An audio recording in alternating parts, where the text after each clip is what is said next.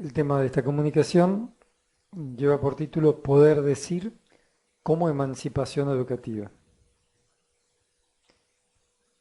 Básicamente hay dos puntos de inicio para esto que aquí se quiere presentar, dos motivaciones, dos problemas que se podrían proponer en estos dos enunciados. Por una parte, asumir que el problema de la construcción de significados y de sentido es algo propio de los procesos educativos,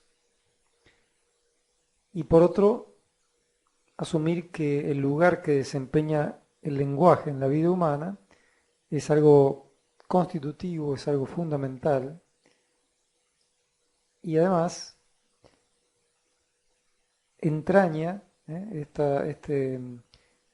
ejercicio del lenguaje, la práctica del lenguaje, entraña algo que podríamos llamar la dinámica educacional. Como que prácticamente toda la actividad educacional gira en torno a esta práctica discursiva, esta práctica, este uso del lenguaje. Para abordar estos problemas, estos puntos disparadores, en esta comunicación se va a hacer referencia fundamentalmente a categorías de la hermenéutica filosófica bajo las perspectivas de Hans-Georg Gadamer y Paul Ricoeur.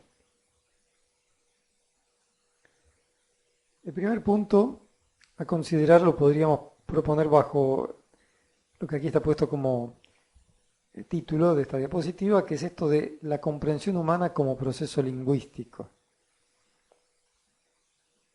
El hablar es un rasgo humano, el hablar connota el modo de ser humano. Ahora, cuando hablamos de lenguaje, podemos pensar básicamente bajo un abordaje estructural, es decir, aquello que le da forma al lenguaje, sus componentes, las relaciones entre estos componentes, y podríamos así llegar hasta las piezas elementales, constitutivas de la oración, la frase, etc. Pero también se puede abordar el lenguaje desde una dimensión semántica. Aquí, en lugar de analizar, en lugar de ir a lo pequeño de la estructura lingüística, lo que interesa justamente es abordar el discurso en su totalidad y poder plantearnos el problema del sentido. ¿Qué es lo que este texto, qué es lo que esta enunciación está queriendo decir? Sin embargo, hay un tercer elemento muy importante para esto que vamos a ir trabajando aquí, que es esto de que al hablar siempre se habla de algo. Entonces esto podríamos proponerlo como el aspecto referencial del lenguaje. Muy bien, la comprensión humana, que es algo propio del interés para la pedagogía y de la labor escolar, el comprender, la comprensión, vamos a mirarlo entonces bajo las características o eh, las connotaciones de un proceso lingüístico. Es importante distinguir también estos dos matices. En el hablar hay un acontecer del discurso. Podríamos decir de otra manera, el hablar siempre es en presente. En cambio, en el texto, el discurso quedó fijado. Esto nos ayuda a ver que entonces, cuando aquí estamos hablando de este proceso lingüístico, lo podemos ver en cualquiera de estos dos aspectos, ¿no? En el dinamismo del acontecimiento y en la fijación del texto.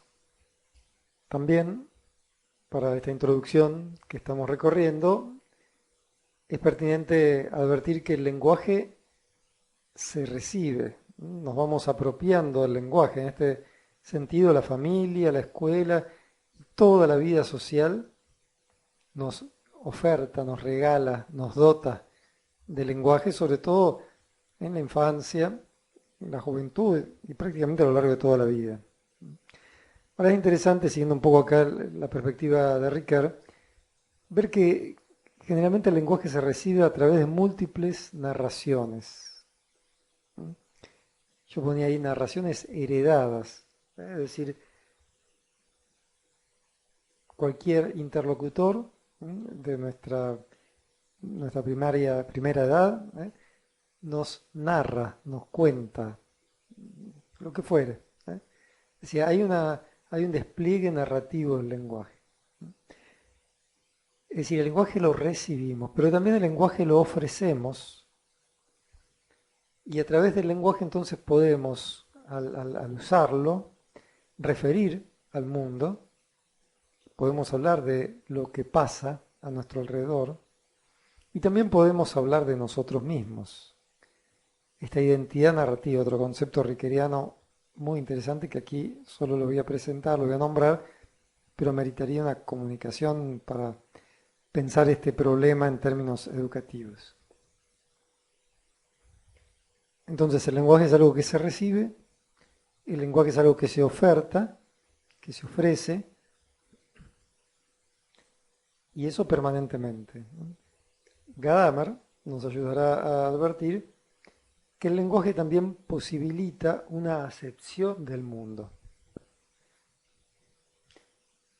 Podemos decir el mundo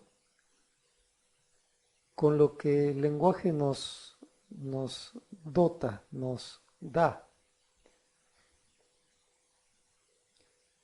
Si esas dos imágenes, una es, o pretendiera ser, la de la derecha, una fotografía de la Tierra vista desde el espacio, ese mapamundi que está a su lado no deja de ser esto, ¿no? Una representación de aquella realidad. Es nuestra acepción de mundo, así lo entendemos, así lo pensamos. El lenguaje nos posibilita decirlo de esta manera. Incluso el mapamundi, que lo podríamos considerar como una obra plástica, estética, en fin, hay múltiples lenguajes también. Si bien aquí el foco lo quiero poner en la oralidad y en la textualidad, lógicamente que lo que tiene que ver con lo lingüístico incluye lo musical, lo plástico, lo corporal, etc. Esto es muy importante. Es el lenguaje el que posibilita una acepción del mundo. Es decir, podemos decir algo del mundo en función del lenguaje del que disponemos. Segundo bloque temático, las competencias discursivas en el transcurso del itinerario humano. Cuando uno se refiere al mundo circundante, cuando quiere decir algo o quiere pensar algo acerca de él, necesariamente tiene que aportar sus puntos de vista, sus preconceptos.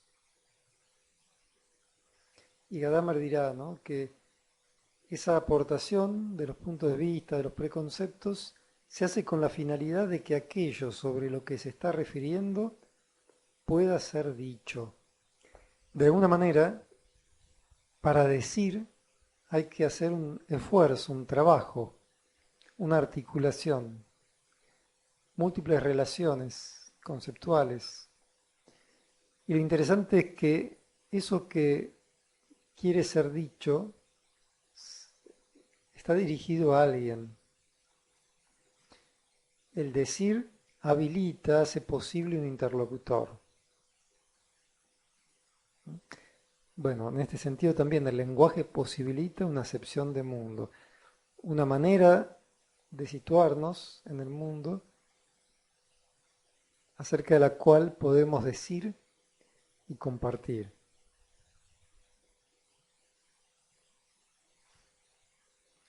Pero el diálogo solamente es viable si los que hablan se entienden, y para que se entiendan tienen que compartir una cantidad de elementos que son justamente constitutivos del lenguaje. El lenguaje requiere que ese código, a través del cual se articula el habla, sea un código común. Si no, es imposible entenderse con el otro. Ese marco común lo ofrece la cultura con las múltiples tradiciones que la constituyen. Este elemento común tiene algo que ver con lo que hace un momento atrás llamábamos referencialidad del lenguaje. En este punto, la escolaridad es un ámbito clave para permitir que las personas se integren en ese dinamismo cultural. Escolaridad, cultura, lenguaje. Por ahí venimos haciendo este recorrido. La escolaridad como ámbito privilegiado para integrar a las personas en el dinamismo cultural, lo que ha de ofrecer es una riqueza conceptual que mediada lingüísticamente hace posible decir en el diálogo con otros este mundo que es común. Posiblemente en esta afirmación se está poniendo una de las ideas claves de este trabajo, ¿no? La escuela tiene un papel fundamental a la hora de dotar a los estudiantes de esos elementos que hacen a la cultura propia, común, del lugar. Entre los bienes propios de la cultura, uno de ellos muy relevante es el lenguaje. Ahora, este decir, esta posibilidad de decir entre interlocutores que se entiendan, que tengan una cultura en común, en el desarrollo de la escolaridad, desde pequeñitos a jóvenes, suele ser como un ejercicio en donde se suele decir lo que ya se ha dicho. De esa manera es como un entrenamiento para adquirir el lenguaje, para apropiarse de los conceptos, de las nociones. Es un largo itinerario personal de apropiación y de inmersión en los marcos culturales. Es muy interesante esto, ¿no? Porque diciendo lo ya dicho, nos vamos apropiando y vamos ejercitando este decir como una práctica propia. Pero la pregunta sería esta, ¿no? ¿Qué posibilidades hay de decir lo no dicho? Porque recién decíamos que el ejercicio es decir lo que ya se ha dicho. ¿Qué posibilidades hay de decir lo no dicho? Bueno, y aquí, de una manera, el punto central de este trabajo. Esto acerca del poder decir. Con suerte la escolaridad provee, bueno, ya lo estábamos hablando recién, un bagaje cultural con una cantidad de conceptos, de nociones que se van proponiendo a lo largo del desarrollo de los sucesivos cursos escolares. Provee también habilidades lingüísticas y expresivas que permiten justamente decir el mundo, referir al mundo. También en el encuentro interpersonal hay un ejercicio social y una práctica comunicativa. Sin embargo, lo habitual es replicar ese ejercicio que hablábamos hace un momento, ¿no? Replicar lo escuchado, lo aprendido, porque en verdad es natural que se haga lo que se sabe hacer. Y también es bastante común replicar lo que circula hoy día en las redes sociales y en los medios de comunicación social.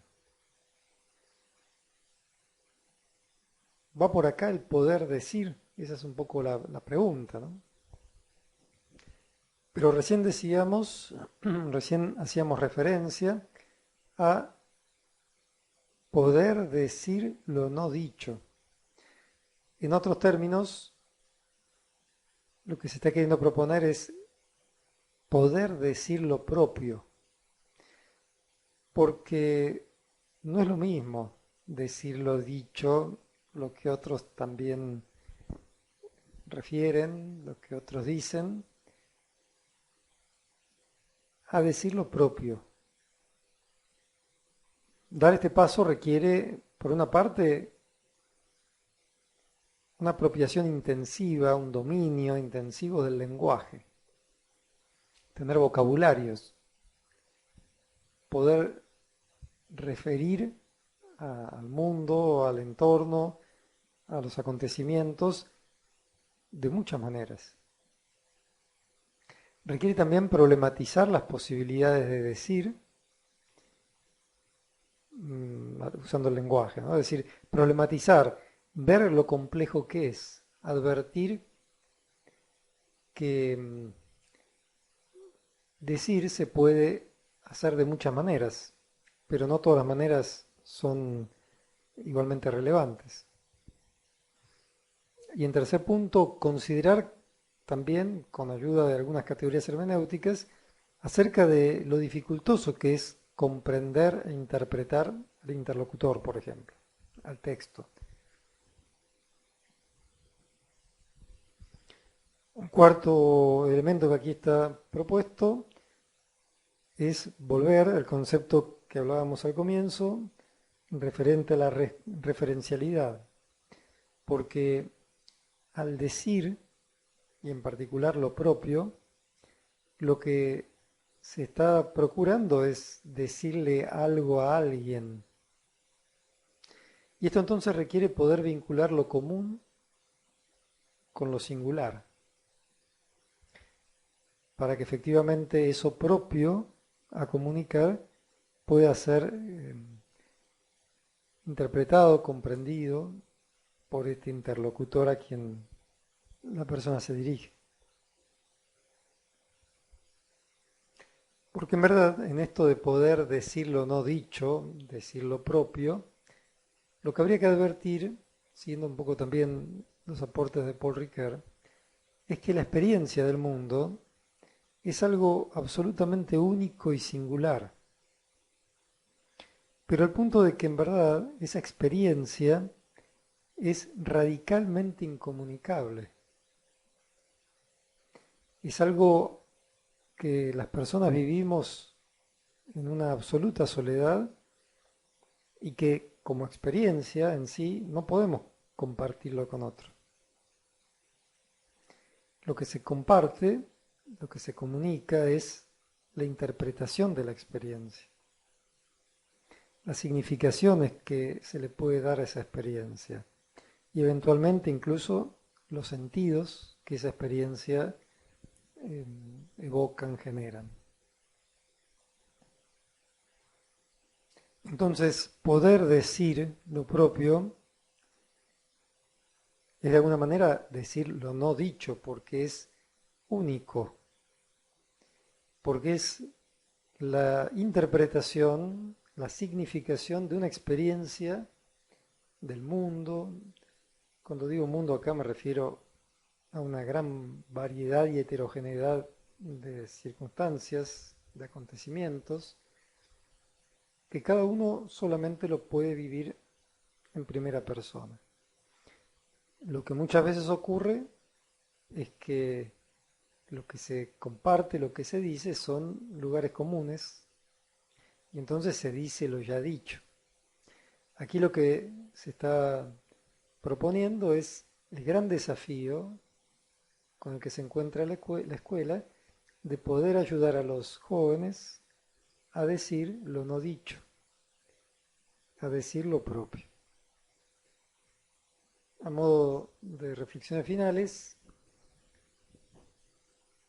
podríamos proponer que a la escolaridad le compete la gran responsabilidad de dotar de capacidades lingüísticas a los estudiantes, desde la lengua materna hasta la matemática, los lenguajes formales en general, los lenguajes plásticos. Se trata también de permitir a las personas que puedan decir su percepción del mundo y que no se limiten a decir lo dicho, a repetir, ¿no? En este caso, cuando las personas pueden decir lo no dicho, lo propio, ahí se podría pensar un verdadero proceso de emancipación. La escuela está ayudando a que una persona se emancipe cuando ella sea capaz de decir lo no dicho, de expresar su experiencia del mundo. Porque la simple locuacidad es decir lo dicho, generalmente. Y eso solo evidencia un estadio de apropiación y muchas veces de mera repetición. Si la escuela se queda en formar personas locuaces, en verdad no estará formando personas emancipadas. Bueno, muchas gracias por su atención.